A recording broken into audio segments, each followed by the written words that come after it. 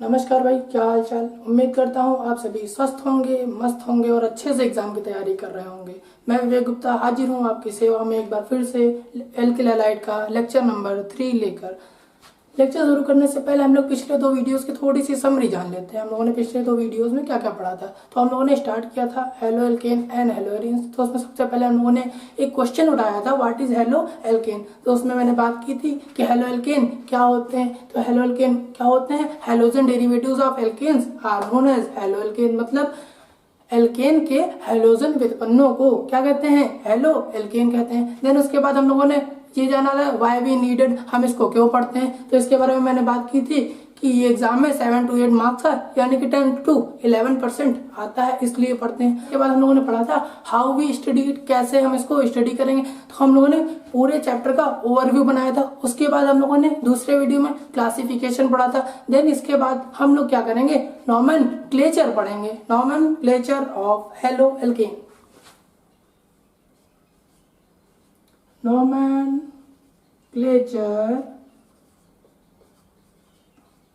of halo alkane,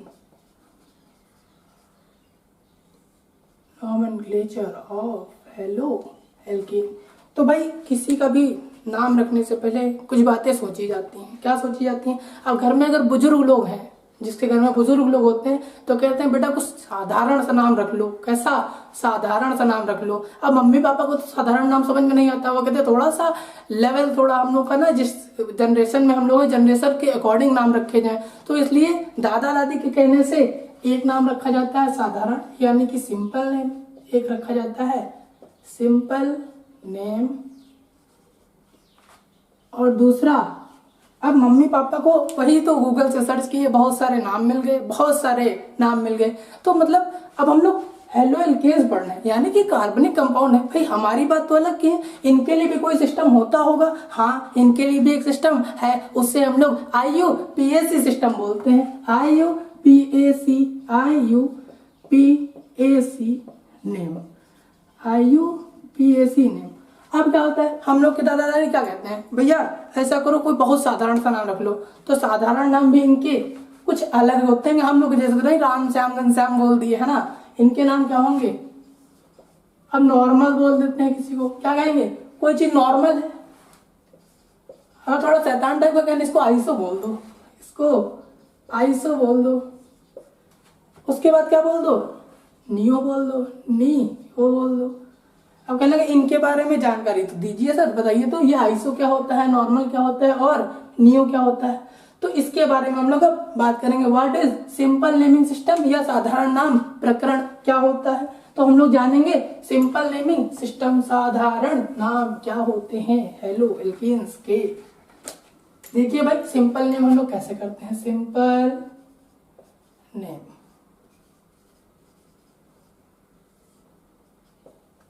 अच्छा, आपको alkene तो पता होगा क्या होता है। देखिए जैसे कोई कार्बन है, एक और कार्बन है, एक और कार्बन है, तीनों कार्बन के बीच में सिंगल बॉन्ड होने चाहिए, ठीक है। सबकी वैलेंसी कहाँ से कंप्लीट होनी चाहिए, हाइड्रोजन से कंप्लीट होनी चाहिए, ये भी ठीक है।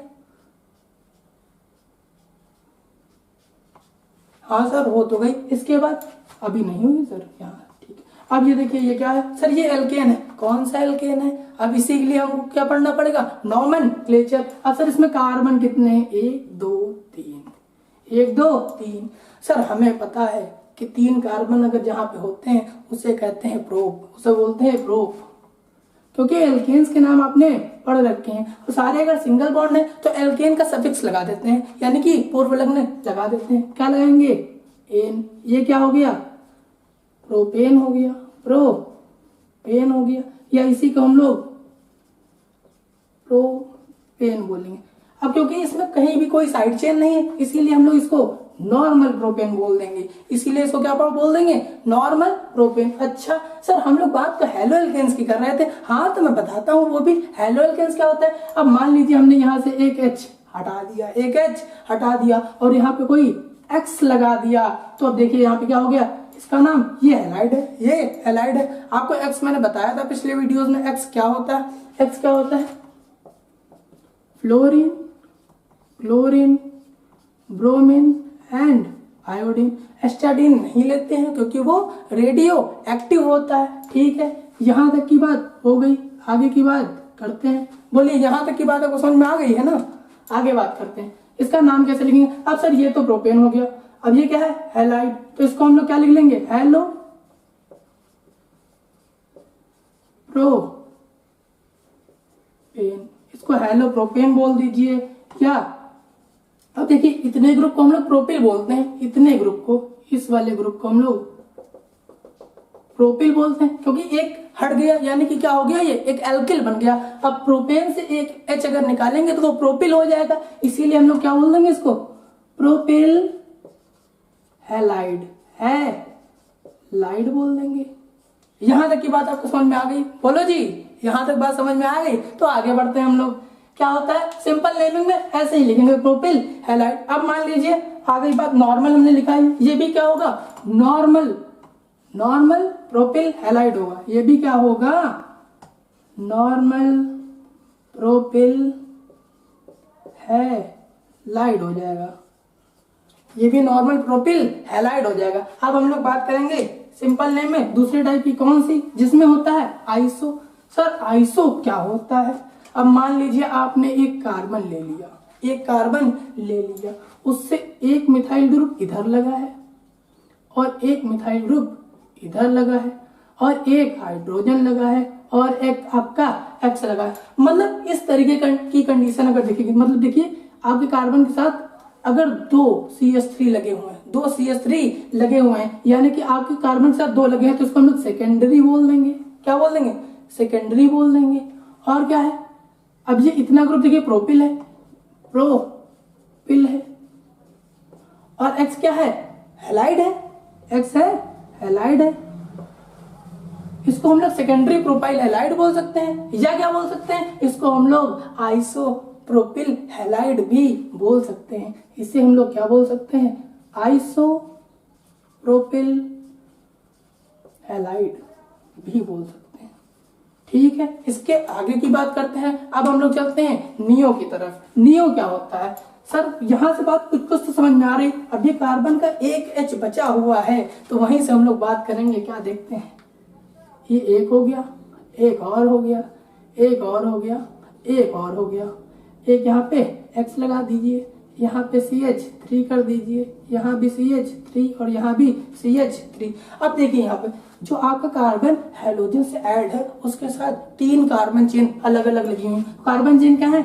मेथिल मेथिल मेथिल, तीनों क्या है? मेथिल है, इसीलिए इसको हम क्या बोल देंगे? टर्सरी। देखिए अपने कार्बन के साथ तीन अलग अलग कार्बन लगे हैं, इसीलिए इसको टर्सरी बोल देंगे। और क्या बोल देंगे? ब्यूटिल हो गया। देखिए ब्यूटिल हो गया, एक दो तीन चार, चार कार्बन है, चार को ब्यूट बोलते हैं, और एक H कम है इस कार्बन से और X लगा है, इसीलिए इतने ग्रुप को हम लोग क्या बोलेंगे? ब्यूटिल बोल देंगे। और ये हैलाइड है, तो ये क्या हो जाएगा? Tertiary butyl. ये क्या हो जाएगा? Tertiary butyl halide. यहां तक की बात तो समझ में आ गई आपको? बोलो जी, यहां तक बात समझ में आई आपको?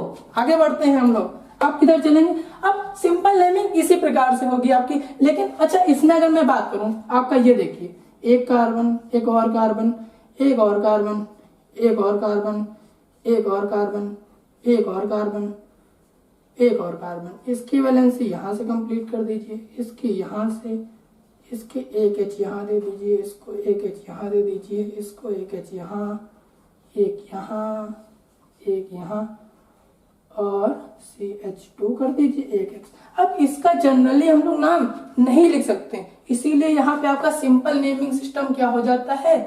फेल हो जाता है। इसीलिए यहाँ पे क्या हो जाता है? आपका सिंपल नेमिंग सिस्टम फेल हो जाता है। तब हम लोग कहाँ चलते हैं? IUPAC की तरफ। तब कहाँ चलेंगे हम लोग? IUPAC की तरफ। अब IUPAC नॉमेनक्लेचर देखते हैं जी। इसमें देखते हैं क्या होता है IUPAC नॉमेनक्लेचर। IUPAC नॉमेनक्लेचर क्या होता है? IUPAC पहले तो अब देखिए आपके पास कोई कार्बन है, एक है, दो है, तीन है, चार है, 5 X लगा है, इसको एक H यहाँ पे, एक H यहाँ पे, एक H यहाँ पे, एक H यहाँ पे और एक H यहाँ, एक यहाँ और एक यहाँ, एक यहाँ। अब इसकी वैलेंसी देखिए, अभी एक है, इसमें 3 H और लगा दिए जाए, ठीक है। अब एक बात बताइए, हमें तो पता है इसे एल्किल हैलाइड कहते हैं, क्या कहते हैं, एल्किल हैलाइड। चलिए ठीक है, अब 5 है, 1 2 3 4 5, तो 5 है तो उसको पेंटिल हैलाइड बोल दिया, चलिए ठीक है, पेंटिल हैलाइड बोल दिए। नॉर्मली इसको क्या बोलते हैं, पेंटिल हैलाइड। अब लेकिन ये बताइए, जैसे एक एग्जांपल लेते हैं, जैसे मैं हूं, मेरे क्या है, सर पे बाल, हाँ बाल दिख रहे हैं, और ये बाल है। अब मान लीजिए देखिए, ये आपका मान लीजिए पहले तो ये पेंटेन होता, लेकिन यहाँ पे क्या दिख रहा है, एक्स दिख रहा है। एक्स मतलब हेलोजन है। अच्छा, तो जहां से पहले हमें IUPAC लिखने से पहले क्या देखेंगे, जहां से कुछ अलग मिल जाए, कुछ अलग मिल जाए, कुछ बड़ा मिल जाए, वहां से हम लोग नेमिंग करते हैं, सॉरी नंबरिंग करते हैं।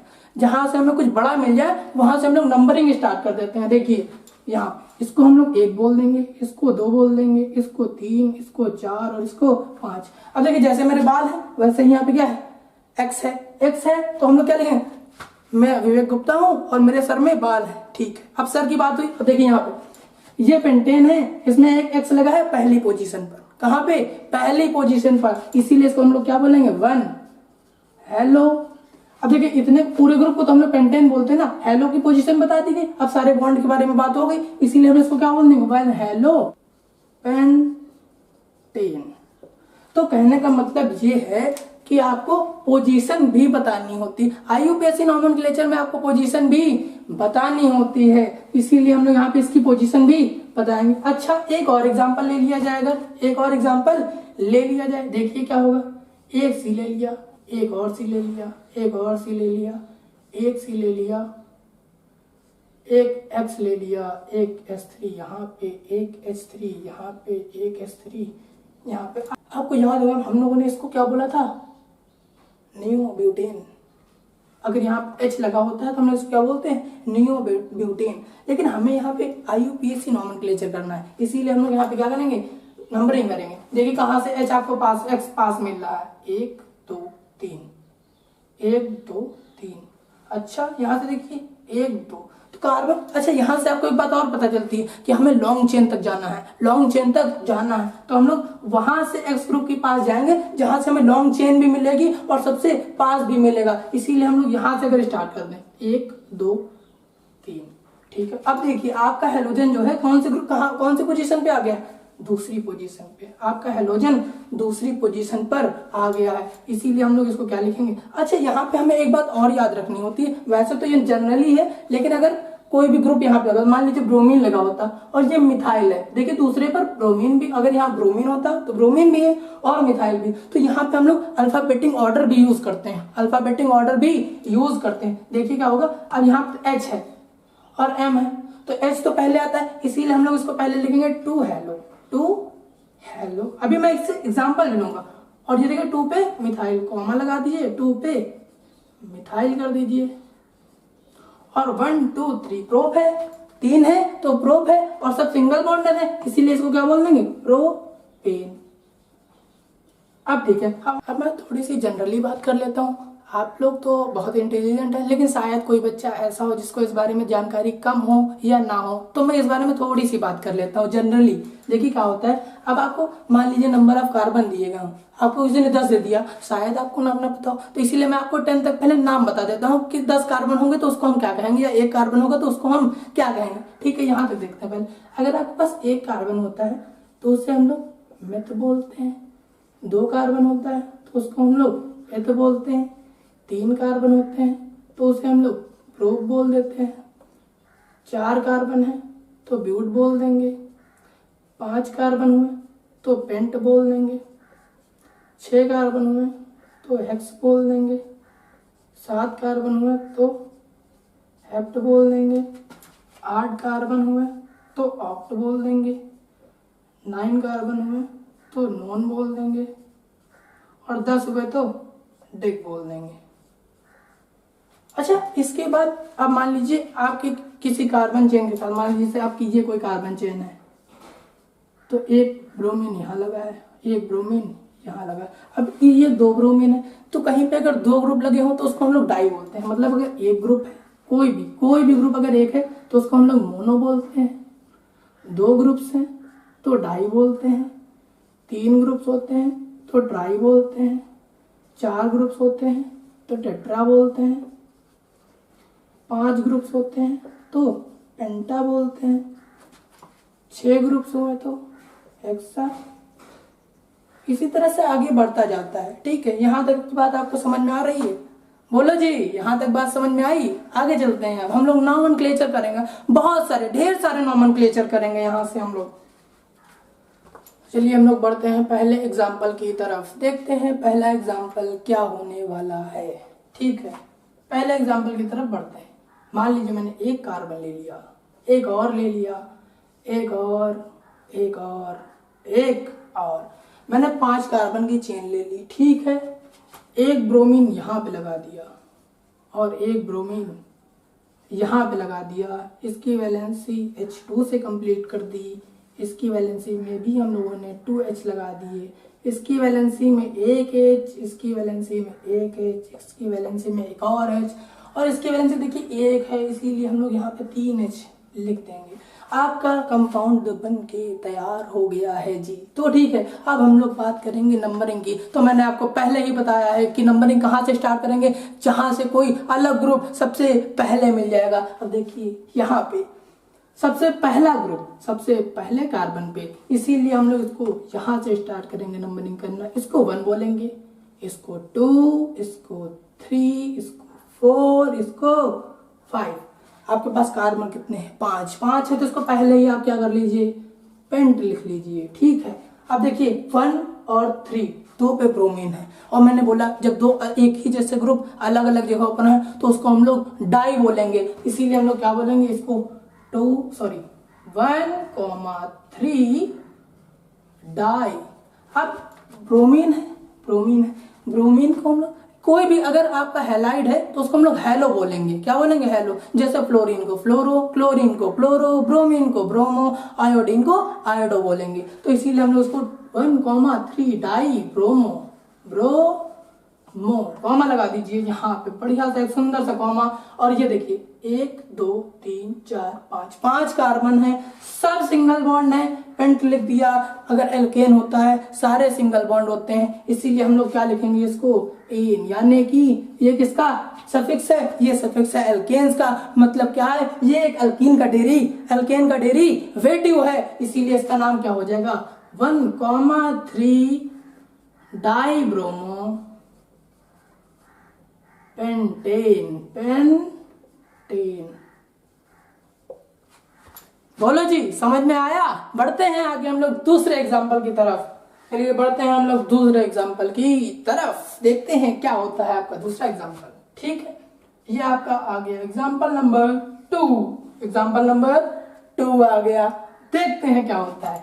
एक कार्बन, एक और कार्बन। अरे जी, आप तो कार्बन की झड़ी लगा रहे हैं। चलिए देखते हैं। एक और कार्बन यहाँ, एक और कार्बन यहाँ, एक और कार्बन, और इसके साथ हमने लगा दिया ब्रोमीन, इसके साथ हमने लगा दिया ब्रोमीन, और इसके साथ भी लगा दिया ब्रोमीन।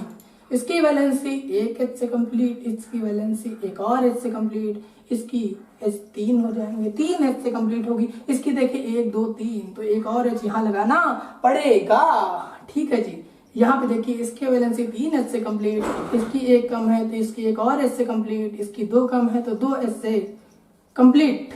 आपका कंपाउंड बनकर तैयार हो गया है जी। तो हम लोग बढ़ते हैं इसका नाम लिखने के लिए। अच्छा जी, अरे ये तो बड़ी बात हुई। देखिए जरा, पहले ही कार्बन पे ब्रोमीन यहाँ और पहले ही कार्बन पे ब्रोमीन यहाँ, तो हम लोग नंबरिंग किधर से करेंगे? तो अगर दो एक जैसी चीजें एक ही दोनों कॉर्नर पे सेम मिल जाए तो हम लोग आगे बढ़ते हैं और आगे की चेन की तरफ देखते हैं। देखिए ये पहला कार्बन, अगर हम लोग मान ले ये यहाँ से गिनती स्टार्ट करें तो एक पहला, ये दूसरा, ये तीसरा, ये चौथा। तो देखिए दूसरे कार्बन पे एक ग्रुप मिल रहा है CH3। अगर हम लोग गिनती यहाँ से स्टार्ट करते हैं 1 2 3 4, तो देखिए पहले दूसरे, और दूसरे कार्बन पे भी कार्बन यहाँ पे मिल गया। मतलब हम गिनती कहीं से भी कर सकते हैं, नाम सेम आएगा। तो इसीलिए हम लोग किसी भी साइड से नंबरिंग इधर से करें या इधर से करें, सेम नाम आएगा। तो हम लोग इधर से मान लेते हैं, हम लोग यहाँ से मान लेते हैं 1 2 3 4। देखिए क्या होता है 1,4 डाइब्रोमो। अच्छा देखिए यहाँ पे बी आर आया, कहाँ गया, ये ब्रोमीन आया, यहाँ पे ये ब्रोमीन आया। बी अल्फाबेटिक ऑर्डर में दूसरे नंबर पे आता है। मिथाइल कौन से नंबर पे आता है, बहुत दूर है, मैं वो गिनने नहीं जाऊंगा। इसीलिए देखते हैं 1,4 डाई ब्रोमो। अब देखिए 2,3 डाई मिथाइल जी, इसको क्या बोल देंगे 2,3 डाई मिथाइल। और कार्बन कितने हैं, 4 हैं जी। कितने हैं, 4। चेन में 4 हैं, ओवरऑल 6 कार्बन है, लेकिन हम लोग 4 की ही बात करेंगे क्योंकि यहाँ पे चेन में हम लोगों ने 4 कार्बन लिए हैं। ठीक है, अगर 4 कार्बन है, सब सिंगल बॉन्डेड है, तो इसको हम लोग क्या लिखेंगे, 4 को हम लोग लिखते हैं ब्यूट। 4 को हम लोग लिखते हैं ब्यूट, सब सिंगल बॉन्ड है, इसीलिए एल्केन का सफिक्स लगेगा, क्या लगेगा, ब्यूटेन। आपको ये नाम समझ में आया क्या जी, बोलो जी, समझ में आया। तो इसका नाम ये हो जाएगा 1,4 डाइब्रोमो 2,3 डाइमिथाइल ब्यूटेन। क्या आपको यहां तक समझ में आ रही हैं बातें? कमेंट करते रहिए, तभी मजा आएगा पढ़ने में जी। ठीक है, बढ़ते हैं आगे हम लोग एक और एग्जाम्पल और आखिरी एग्जाम्पल की तरफ। इसके बाद हम लोग छोटी सी एक ट्रिक और देखेंगे। ठीक है जी, एक और एग्जांपल। अच्छा एक बात है, हमने हेलो एल्केन्स के लिए हेलो एरेन्स के एग्जांपल क्यों नहीं लिए, क्योंकि हेलो एरेन्स को बिल्कुल अलग पढ़ेंगे। ठीक है जी, इसीलिए यहाँ पे कोई भी हेलो एरेन का एग्जांपल नहीं लिया जा रहा है। तो हम लोग बात करते हैं तीसरे एग्जांपल की। देखते हैं जी, आइए तीसरा एग्जांपल क्या होने वाला है। हम लोग ले लेते हैं CH3 का whole of twice, then CHCl और CH3। हम लोग इसका नाम लिखेंगे। देखते हैं, अब ये बताइए, ऐसे नाम लिखना थोड़ा सा मुश्किल होता है, इसीलिए हम लोग इसको ओपन करके लिखेंगे। देखिए, एक ये वाला कार्बन मैंने बनाया ऐसे, एक CH3 लगाया यहाँ, एक CH3 लगाया यहाँ, एक H लगाया यहाँ, एक C, एक H, एक Cl और एक CH3। ठीक है, यही इसका बढ़िया सा स्ट्रक्चर, घोड़े जैसा लग रहा है वैसे, लेकिन कोई बात नहीं, देखेंगे। तो देखिए, अब हम लोग नंबरिंग करेंगे कार्बन की कहाँ से, नंबरिंग करेंगे कार्बन की कहाँ से। देखिए 1 2 3, तीसरे कार्बन पे क्लोरीन, लेकिन यहाँ देखिए 1 2 दूसरे कार्बन क्लोरीन। तो जहां से क्लोरीन पास मिलेगा हम लोग वहीं से नॉमेनक्लेचर करना शुरू करेंगे, नंबरिंग करना शुरू करेंगे। इसीलिए हम लोग यहाँ से गिनेंगे, पहला कार्बन, दूसरा कार्बन, तीसरा कार्बन। और याद रखना है लॉन्ग चेन तक जरूर जाना है, नहीं तो कुछ होने वाला नहीं है, आपका यूपीएससी नाम गलत हो जाएगा। तो देखिए चौथा कार्बन यहाँ, चौथा कार्बन यहाँ, तो देखिए 2 पे क्लोरीन और 3 पे मिथाइल, 3 पे मिथाइल यानी कि M और C। तो C तीसरे पे, M की पोजीशन बहुत दूर है, क्या करेंगे गिन के, तो तीसरा, इसीलिए हम लोग यहाँ पे क्या लिखेंगे, क्लोरीन। 2 पे क्लोरो CHLORO, कॉमा लगा देंगे यहाँ पे। तीसरे पे क्या लगा है, मिथाइल, 3 पे मिथाइल, और उसके बाद 1 2 3 4 कार्बन है, इसीलिए इसको हम लोग क्या बोलेंगे, ब्यूट बोलेंगे। और सब सिंगल बॉन्डेड है, इसीलिए हम लोग इसको ब्यूटेन बोलेंगे। और यही इसका IUPAC नाम हो जाएगा जी। क्या यहाँ तक आपको बात समझ में आई? अगर आई हो तो कमेंट करते रहें, लाइक करते रहें और चैनल को सब्सक्राइब करना तो बिल्कुल भी ना भूलें। और चलते रहें हमारे इस कारवे के साथ, हमेशा आपके साथ रहने वाले BW चैनल वाले। ठीक है, नमस्कार जी। तो हम लोग बात करने वाले हैं एक शानदार ट्रिक की, जो आपके एग्जाम के पॉइंट ऑफ व्यू से बहुत ही इंपॉर्टेंट होने वाली है। तो देखते हैं उस ट्रिक को, क्या होगा, एक ट्रिक को हम लोग जानेंगे कितनी इम्पोर्टेंट है। अब मान लीजिए मैंने पिछले वीडियो में आपको बताया था कि अगर आपको किसी भी रिएक्शन का ऑर्डर दिया गया हो तो उसके रेट कांस्टेंट की वैल्यू कैसे निकालते हैं। आज मैं बात करूंगा अगर किसी भी रिएक्शन का रेट कांस्टेंट दिया गया हो तो उसका हम लोग ऑर्डर कैसे निकालेंगे। तो देखते हैं, यहाँ देखिए कैसे। एक बढ़िया सा सिंपल सा फॉर्मूला होता है। कैसे? अगर रेट निकालना ऑर्डर निकालना है, एन अगर हम लोगों को निकालना है तो कुछ नहीं करेंगे, सीधे से लीटर की power of litre, power of litre minus power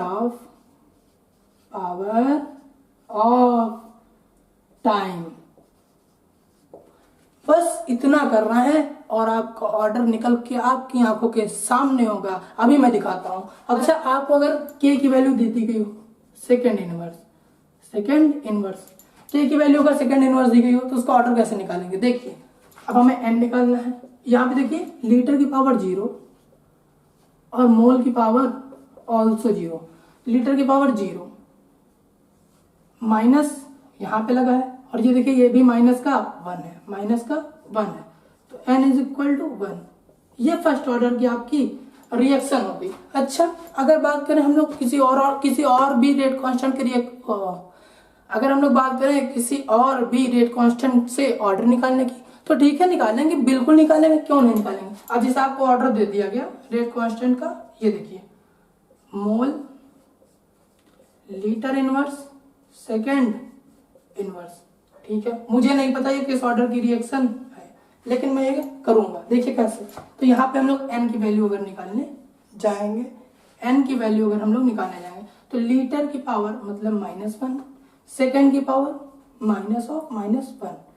आज यहाँ जिसको अगर सॉल्व करें ये माइनस इंटू माइनस प्लस हो जाएगा और ये माइनस से 0 हो जाएगा। ये मतलब 0 ऑर्डर की रिएक्शन का है। इस रिएक्शन का ऑर्डर क्या है? 0 है। अगर आपको वीडियो पसंद आई हो तो प्लीज वीडियो को लाइक करें, शेयर करें और कमेंट करें और चैनल को सब्सक्राइब करना बिल्कुल ना भूलें। हम आपके साथ जुड़े रहेंगे, आपको रोज एक ना एक नई ट्रिक और एक ना एक कोई वीडियो देते रहेंगे। नमस्कार जी, चलते हैं। आप उम्मीद करता हूँ आप सभी